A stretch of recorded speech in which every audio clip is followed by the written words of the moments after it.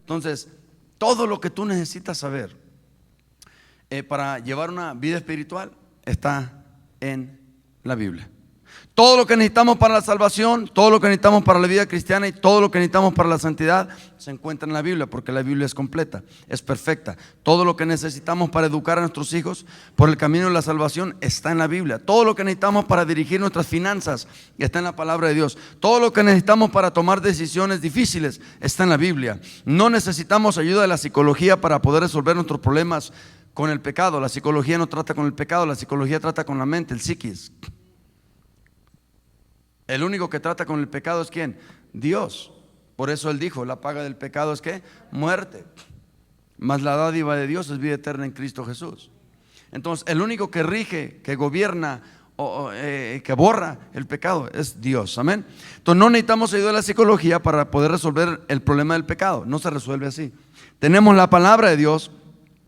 Para ser dirigidos diariamente no necesitamos una revelación por sueño o profecía. Tenemos la palabra de Dios. La escritura es suficiente, es la palabra profética más segura. Es la palabra profética más segura. Prontito me voy para atrás tantito porque quiero enseñarte algo. Bueno, de una vez te lo enseño. Entonces ya vimos ahí una declaración y ya vimos ahí una característica. Ahora vamos a ver el beneficio. Con Dios siempre hay beneficios. Diga conmigo, con Dios siempre hay beneficios. Ok. Entonces, es precisamente porque la palabra de Dios es completa, suficiente, que tiene el poder para convertir y transformar, para revivir, para refrescar, ¿qué? El alma. Si usted fuera a segunda de Timoteo capítulo 3 verso 16, dice la Biblia, alguien búsquemelo prontito, dice la Biblia ahí que dice, y toda la escritura es inspirada por Dios y útil. ¿Y es útil para qué? Hay 3 o 4 cosas ahí, dígamelas prontito. No, dígamelas como dice ahí en la Biblia. Ok. ¿Sí? Ok. Ok, gracias. Son 4 cosas. Enseñar, redarguir, corregir e instruir. Nota. ¿De dónde agarra su eficacia la palabra para llevar a cabo esa labor? Escúchame, te voy a enseñar. Sí, porque alguien te puede decir, oye, ¿por qué es que la palabra es útil para enseñar? Útil para redarguir, útil para corregir, útil para instruir. ¿Por qué? Te estoy enseñando por qué. Te estoy enseñando la veracidad de la palabra, el origen de la palabra, el autor de la palabra. Todo esto te va a ayudar a ti como fundamento para cuando tú llegues a 2 Timoteo capítulo 3 verso 16 tengas la fuerza detrás de eso. El por qué, qué es lo que hace, qué es lo que le da el poder a la palabra para que pueda enseñar, pueda redarguir, pueda corregir y pueda instruir. Es lo que te quiero enseñar. ¿Qué es lo que hay detrás de eso? Ya para enseñar, redarguir, corregir, instruir, ya, está bien. Esa ya es la obra manifestada de la palabra. Pero ¿qué es lo que causa que la palabra tenga el poder, el efecto para poder lograr eso? Te lo estoy enseñando. Amén. Es precisamente porque la palabra de Dios es perfecta. La ley de Jehová es perfecta. Amén. Es eso, completa, suficiente, que tiene el poder para convertir, transformar, revivir, refrescar, ¿qué? El alma. Cuando habla de alma, ¿de qué está hablando? En el alma se mueven 3 cosas: mente, emociones y voluntad. Mente, emociones y voluntad. Nota, si la palabra de Dios, que está completa y es suficiente y tiene el poder para convertir el alma, entonces tiene el poder para convertir la mente, las emociones y la voluntad. ¿Qué quiere decir esto? Que la palabra de Dios, si yo la agarro, la tengo dentro de mí, la como, la mastico, la digiero, camino de acuerdo a ella, entonces mi mente, mis pensamientos, mi sabiduría, mi inteligencia va a ser ¿qué? Transformada. Y entonces mis emociones, mis sentimientos y mis deseos van a ser ¿qué? Transformados. Y entonces mi voluntad va a ser ¿qué? transformada, porque la palabra es completa, suficiente y tiene el poder para cambiar, para transformar. Pastor, ¿cómo es que tengo sentimientos de cosas que me han pasado? Aquí no hay psicología, aquí hay la palabra, y la palabra tiene el poder para convertir el alma. ¿Convertirla de qué? Convertirte de un deprimido perdido a una persona jubilosa y llena del poder del Espíritu Santo. ¿Cuántos dicen amén? Por eso dice el canto: no puede estar triste un corazón que alaba a Cristo. ¿Por qué? Porque tiene gozo dentro de sí. ¿Por qué? Porque el Espíritu Santo mora en él y la palabra mora en él, y la palabra combinada con el Espíritu Santo tiene el poder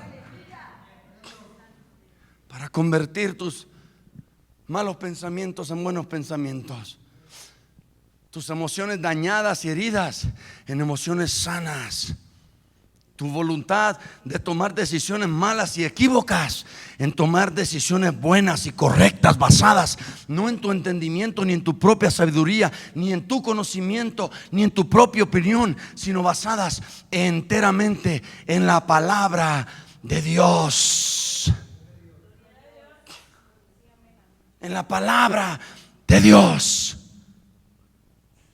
Nunca alguien que haga lo que Dios le dice le va a ir mal. Nunca. Quiero preguntar: ¿hay personas que necesitan convertir sus pensamientos malos en buenos? ¿Hay personas que necesitan convertir sus emociones y sentimientos dañinos de recuerdos malos y abusos y maltratos en buenos? Hay personas que, y miro aquí para no mirar allá, hay personas que creen que han tomado malas decisiones de acuerdo a sus deseos, de acuerdo a su opinión, de acuerdo a su propia opinión o criterio, y que les ha ido mal.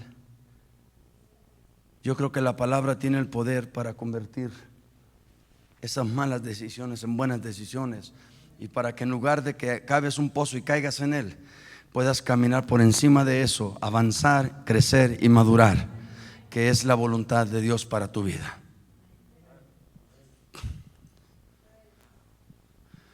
La persona interna completa del hombre, la Escritura, es tan poderosa y comprensiva que puede convertir o transformar a la persona entera, cambiar a alguien precisamente en la persona que Dios quiere ser, de lo que es. Pobrecito de mí, soy víctima, decía Dani. Sal de ahí, eso no es de Dios, no es para ti.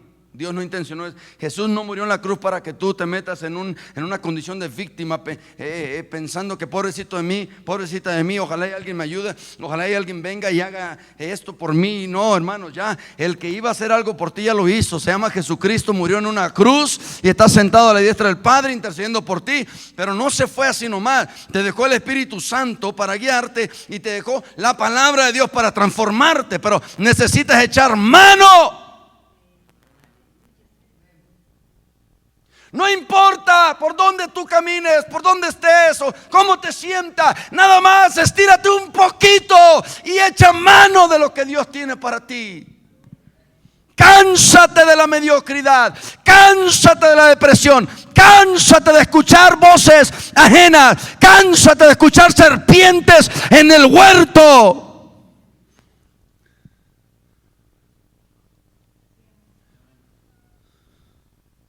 Escucha la voz de Dios. Ella te va a guiar por el buen camino. La palabra de Dios es suficiente para restaurar cualquier vida, cualquier situación, cualquier circunstancia. La palabra de Dios tiene el poder y la eficacia para agarrar a una persona totalmente trastornada, levantarla, restaurarla, reconstruirla y presentarla como nueva.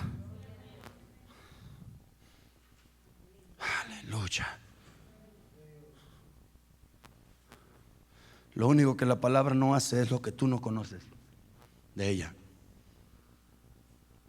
Es lo único que no logra la palabra, lo que tú ignoras.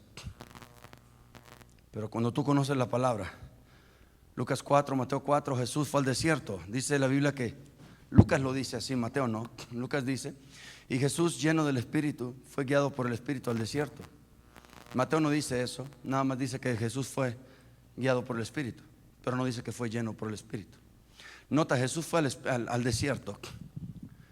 Hubo un enfrentamiento entre Jesús y el diablo. Y mientras las personas pueden decir, oh, es que Él es Jesús, Él era Dios, Él es hijo de Dios, Él tenía todo el poder. Jesús no tenía poder en esta tierra. Divino no tenía. ¿Por qué? Porque Efesios capítulo 2, del 5 al 8 nos dice que Él se despojó de todo su poder divino. Él tomó forma de hombre, es decir, Él fue 100% hombre.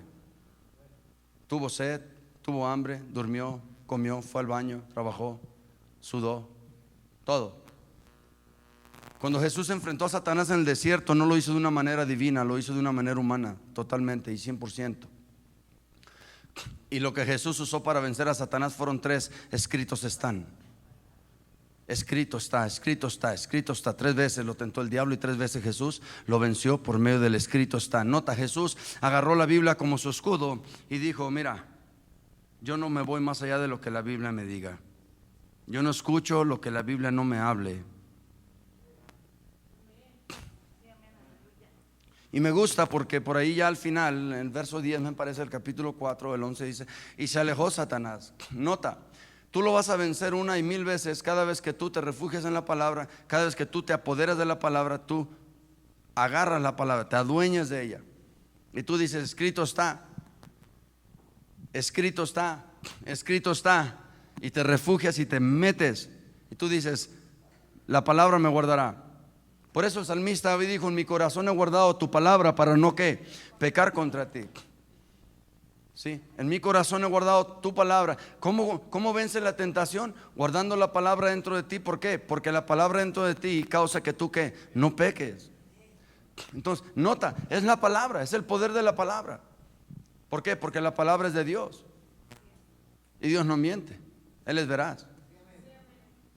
¿Sí? Entonces vemos aquí que la ley de Jehová es ¿qué? Tienes que ver un papel para recordarlo. La ley de Jehová es perfecta. La ley de Jehová es ¿qué? Perfecta. ¿Sí o no? ¿Qué hace? Convierte el alma. Es tan completa, tan entera, tan completa, que tiene el poder y la eficacia para convertir el alma. ¿Convertir qué? Pensamientos, emociones y tus decisiones que están en tu voluntad. Lo que tú quieras convertir en esas 3 áreas del alma, tienes que hacerlo por medio de la palabra. Que dice la Biblia, santifícalos en tu verdad. Por aquí tenéis un texto. Santifícalos en tu verdad, dice Juan 17:17. Santifícalos en tu verdad. Y lo que dice, tu palabra es la verdad. Santifícalos en tu palabra.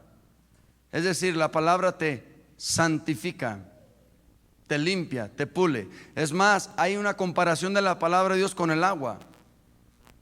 Entonces, cuando tú agarras la palabra de Dios como agua, te lava, te limpia, te purifica. ¿Estamos aquí? Porque la ley de Jehová es ¿qué? Perfecta. Es perfecta. Y tiene el poder ¿para qué? Para convertir el alma. Dile que está a tu lado, la ley de Jehová es perfecta. Y tiene el poder para convertir el alma. No importa qué tan sucia esté y no importa qué tan cochambrosa, vamos a seguir avanzando. El testimonio de Jehová es que estábamos en Salmos 19, capítulo 19, versículos 7 y 8 y 9. Es lo que leímos y ahí vamos a estar leyendo, vamos a estar regresando siempre ahí. ¿Sí estamos? Gracias. El testimonio de Jehová es que es fiel, que hace sabio ¿a quién? Al sencillo. Wow. Entonces David, vemos aquí que David expande el alcance de la suficiencia de la escritura, hablando de ¿qué? Del testimonio de Jehová que es fiel y que hace al sabio, que hace al sencillo sabio. La palabra hebrea para testimonio es edut, que se traduce como testimonio o testigo. Nos describe a la escritura como un testigo divino. La Biblia es la autorrevelación de Dios. La Biblia es la autorrevelación de Dios. Levanten la mano los que quieren conocer a Dios. No hay otro medio. La palabra es la autobiografía de Dios. Bueno, no autobiografía porque es la autorrevelación mejor de Dios.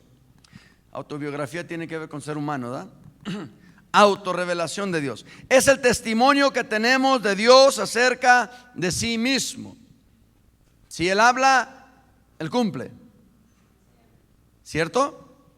¿Cómo sabemos eso? Porque lo leímos en la Biblia, en Números.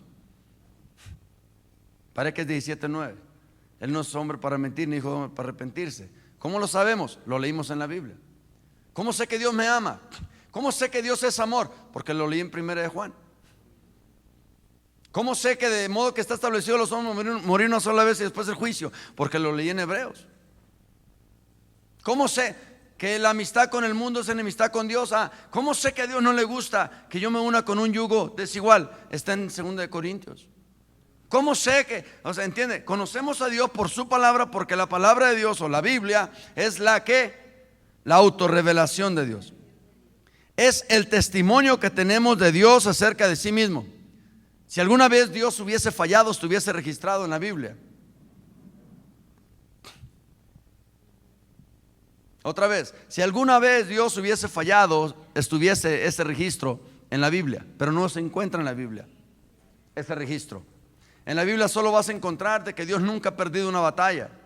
En la Biblia solo vas a encontrar de que Dios es el mismo de ayer, de hoy y de siempre, no cambia. En la Biblia vas a encontrar los atributos de Dios: la inmutabilidad, omnipotencia, omnipresencia, omnisciencia. En la Biblia vas a encontrar todo esto, porque esto habla de Dios. Y este es el testimonio de Dios. Es como escribir un libro de ti, de tu testimonio. Este es el libro de Dios. Es una autorrevelación del testimonio de Dios. ¿Cuántos están aquí? La Biblia nos dice, de parte de Dios, en la Biblia: este es quien yo soy. Esto es lo que yo pienso. Esto es lo que yo hago. Esto es lo que yo deseo. Esto es lo que a mí me agrada. Estas son mis promesas. Esta es mi naturaleza. Wow. De tal manera que cuando nosotros conocemos la Biblia, conocemos a Dios, y entonces no andamos diciéndole: oh Dios, Señor, si es tu voluntad darme un carro nuevo. No, porque ya conocemos la voluntad de Dios. Pastor, ¿me puedo yo casar con un inconverso? No, la Biblia dice claramente que no te unas con yugo desigual. Ya sabemos lo que a Dios le gusta y lo que no le gusta. Hay cosas de las que no tenemos que preguntar, porque ya Dios ha dado su veredicto en su testimonio. ¿Estamos aquí o no estamos aquí? Entonces la Biblia es el testimonio fiel de Dios, de quién es Él y lo que requiere Dios de nosotros. Cuando dice Dios en Isaías 55: porque mis caminos no son vuestros caminos y mis pensamientos no son vuestros pensamientos. Cuando un hijo de Dios lee eso, el hijo de Dios tiene que preguntarse: Señor, ¿dónde me perdí? ¿Qué debo de hacer para regresar? ¿Dónde doy vuelta? Yo quiero pensar como tú. Yo quiero andar donde tú andas. Yo quiero que tus caminos sean mis caminos. Y yo quiero que tus pensamientos sean mis pensamientos. Cuando leemos la Biblia y leemos esa parte, por ejemplo, es para que nosotros reflexionemos. ¿Dónde estamos? ¿Qué estamos haciendo? ¿Qué estamos pensando? ¿Y qué está haciendo Dios? ¿Dónde está Dios? ¿Y qué está pensando? ¿Cuáles son sus caminos? Si yo ando en mentira, sé que el camino de Dios es ¿qué? Verdad. El camino de Él es uno y el mío es otro. Entonces tengo que dejar ¿qué? La mentira, y tengo que agarrar el camino de la verdad. Y seguramente ya ando en el camino de Dios, y entonces Dios va a poder decir: mi camino es tu camino. Y si tengo pensamientos de Dios y de espirituales y de avance, de crecimiento, de ayuno, de búsqueda, ¿sí? Entonces va a decir Dios: mis pensamientos son tus pensamientos. Qué tremenda bendición. Qué tremenda bendición. ¿Quedan 5 de los primeros 25, Dani? ¿O los últimos? Santo Dios. Además vemos ahí que se nos afirma que este testimonio es ¿qué?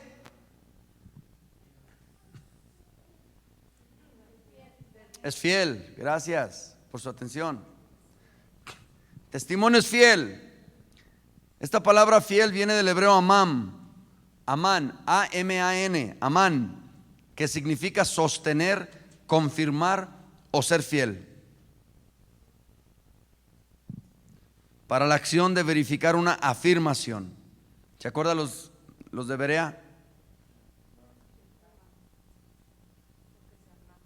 ¿Qué era? Hechos 11:17 o 17:11 por ahí.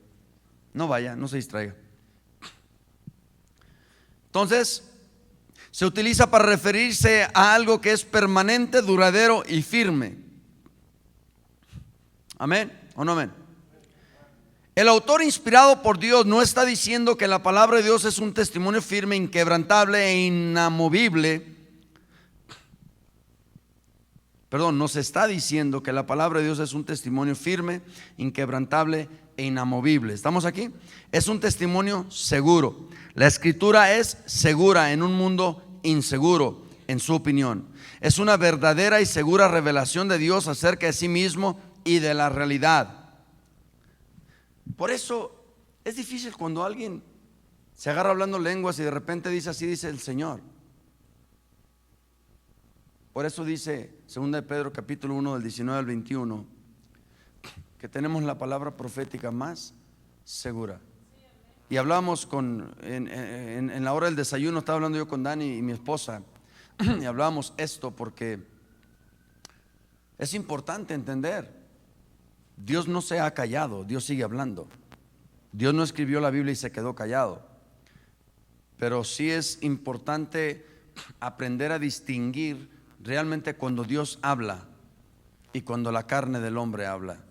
Cuando la carne del hombre habla, confunde, hiere, lastima. Cuando Dios habla es otra cosa. ¿Sale? Entonces, esta palabra amán, que se traduce fiel en el hebreo, note, ¿alguna vez usted ha oído la palabra amén? ¿Sí? Esta palabra amén es derivada de este término, amán. ¿Por qué? Porque en los tiempos antiguos de la iglesia primitiva, cuando se predicaba la palabra, cuando se enseñaba la palabra, las personas decían: yo confirmo, yo compruebo, yo acierto, yo creo que lo que estás hablando es fiel, es verdad. Pero no decían todo eso así. Lo encerraban todo en una cápsula llamada amén. Y de ahí se deriva la palabra amén, donde todas las iglesias dicen amén. Y qué bonito es que usted sepa por qué dice amén.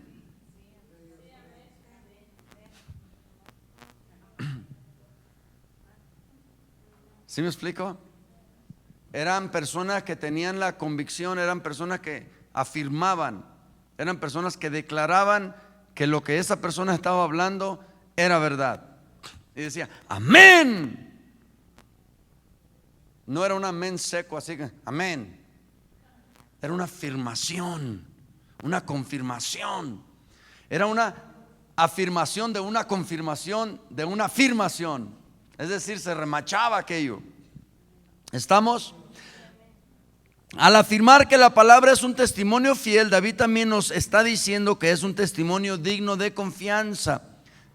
Si algo requiere confianza es la palabra de Dios, porque ella es veraz, no miente, no hay campo de error ahí.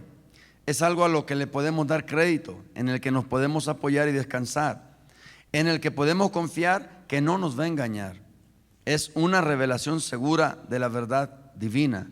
Es una dirección segura en la vida cristiana. Es un fundamento seguro para recibir consuelo y un fundamento seguro para una esperanza eterna. Podemos estar seguros que la palabra de Dios no nos va a fallar. Podemos confiar de que lo que Dios dijo ayer es lo mismo que dice hoy. Que lo que Dios dice hoy es lo mismo que va a decir mañana. Dios no te va a llegar por allá cuando ya vayas a morir y te digas que mira, cambiamos ahí esa parte de la Biblia. Y no, lo que está escrito Dios lo respeta y se sujeta a ello. Puedes tener esa confianza, podemos estar seguros que la palabra de Dios no nos va a fallar. La Biblia nos provee de un fundamento seguro en el cual podemos construir nuestras vidas en su totalidad con toda confianza y con toda certeza. ¿Qué quiere decir? Que si yo hago lo que la Biblia dice, me va a ir bien. Que si yo vivo conforme a la palabra de Dios, voy a ser prosperado. Vamos a ver el beneficio número 2. Beneficio número 2. Notemos que se nos hace la promesa de que cuando ponemos nuestra confianza y vivimos por el testimonio de la palabra, esta nos hace ¿qué? Sabios. La palabra de Dios hace sabio ¿a quién? Al sencillo. La palabra traducida sencillo, escucha, viene de una expresión que significa una puerta abierta. ¿Qué quiere decir una puerta abierta? Bueno, en una puerta abierta en la que todo entra y todo sale. ¿Para qué sirven las puertas? Es un símbolo de discriminación. A unos se les abren y a otros se les cierran. El simple no tiene criterio. El simple no sabe qué dejar fuera y qué mantener dentro. Evoca la imagen de una persona ingenua que no sabe cuándo cerrar su mente, su boca o las enseñanzas falsas. No discierne, es ignorante y crédula, es decir, todo se lo cree. Pero la palabra de Dios hace al sencillo sabio. Uno que es hábil en el arte de la vida piadosa. Alguien sabio en los asuntos de la vida diaria es aquel que se somete a las escrituras y sabe cuándo aplicarlas a sus diferentes circunstancias. Nota el beneficio que tú recibes cuando tú crees que la palabra de Dios es completa y que la ley de Jehová es perfecta y que el testimonio de Dios es fiel. Hace al sencillo ser ¿qué? Sabio. Ahora, vete prontito a Santiago 1:21. Prontito, te voy a enseñar algo. Mira, la grandísima importancia de que tú aprendas a poner atención cuando se habla la palabra, a recibirla y a ponerla por obra. Te voy a enseñar rápido. Santiago 1:21, prontito, ¿ya estamos ahí? ¿Qué dice?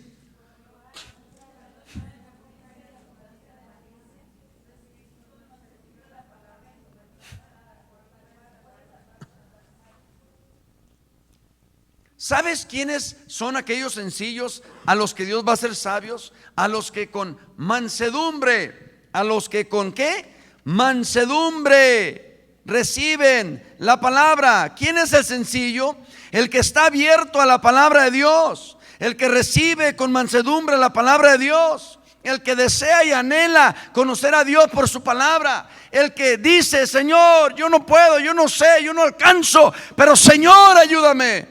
Abre mi entendimiento. Pablo dijo: lo tengo todo por pérdida, lo tengo todo por basura, a fin de obtener ¿qué? El conocimiento. Mira, no importa qué tan simple, qué tan sencillo seas, no importa qué tan ignorante, simplemente cuando tú crees que la palabra de Dios es veraz, que es completa, que la ley de Jehová es perfecta, que el testimonio de Dios es fiel, entonces Dios te va a hacer y te va a convertir de un simple y de un sencillo y de un ignorante a una persona sabia, entendida, inteligente, una persona que conoce. Porque Oseas 4:6 dice que el pueblo pereció porque le faltó conocimiento.